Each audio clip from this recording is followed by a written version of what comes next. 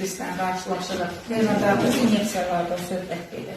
İki cür şprislə qarşılaşırıq. Birində iqla orta hissədən, mərkəzdən birləşib şprisə, ikincidə isə yan tərəfdən birləşib. Orta hissədə yerləşən iqla ilə bizim problemimiz yoxdur. Havanı çıxartdıq, problemimiz həll oldu. Amma iqla kənardan birləşirsə şprisə, bu zaman düzgün tutulma qaydası nə cürdür? Şprisin ştrixli hissəsi bizə baxır və iqlanın kəsik hissəsi bizə baxır.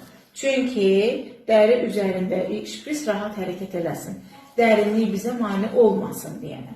Havanı çıxardanda, qızlar, nə edirik?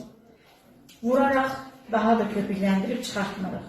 Qalıq havaları çıxartmaq üçün şprisi bir balaca yana əyirik, kiçik hava qabarcıqlarını dəf edirik və sonra mayenin axınını tənzimləyirik.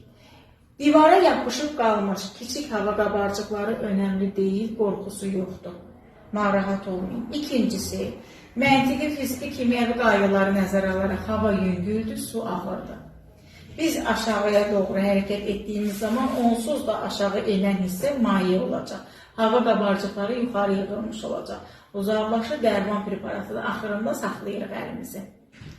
Bu da bir qaydamız.